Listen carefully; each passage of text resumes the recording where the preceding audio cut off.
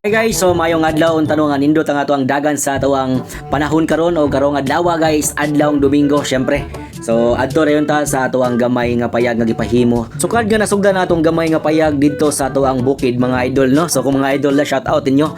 So karon weekly na ta sa ato ang pag-adto mga boss kay every Sunday ra magud ni ang ato ang pag alima sa ato ang gamay nga balay. Kung mangutana mo mga boss nganong weekly nganong every Sunday ra man ni ang ato ang pagpatrabaho sa ato ang gamay nga balay mga boss no kay ang ato manggong kugihan o buutan nga panday mga boss kay every Sunday ra siya available. So dalipay sad ko para ako mismo makasaksi sa unsaon pagtrabaho ang atuang gamay nga payag. So tara.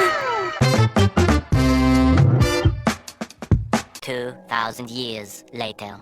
Then mao to mga idol pagabot nako diri sa ako ang gamay nga balay mga idol no. So gitrabaho na diay og sayo. Ako ang uyuan. So pagabot nako diri is nakasugod na gyud siya. Then ako na lang gitiwasad ang iyahang gimasa para dili na siya mahasol og naog saka.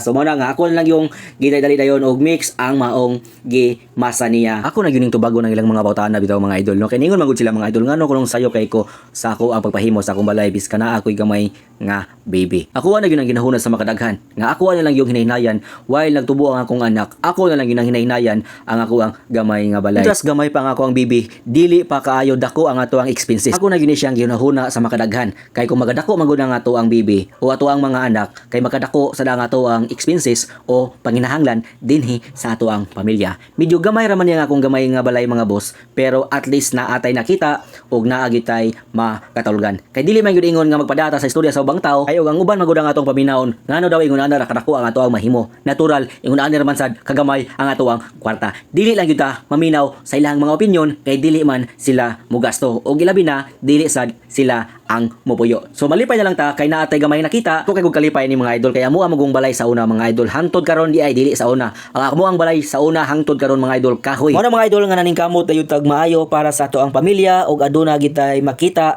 para mahatag nato ang kanindot nga kinabuhi sa ato ang pamilya. O gilabi na mga idol og unsay naa sa imuha dapat makontento gayud ka, di ka pwede magsuya-suya og di ka pwede manaot sa uban. Ang importante mga idol nagkasinabtanay og nagkahiusay ang pamilya.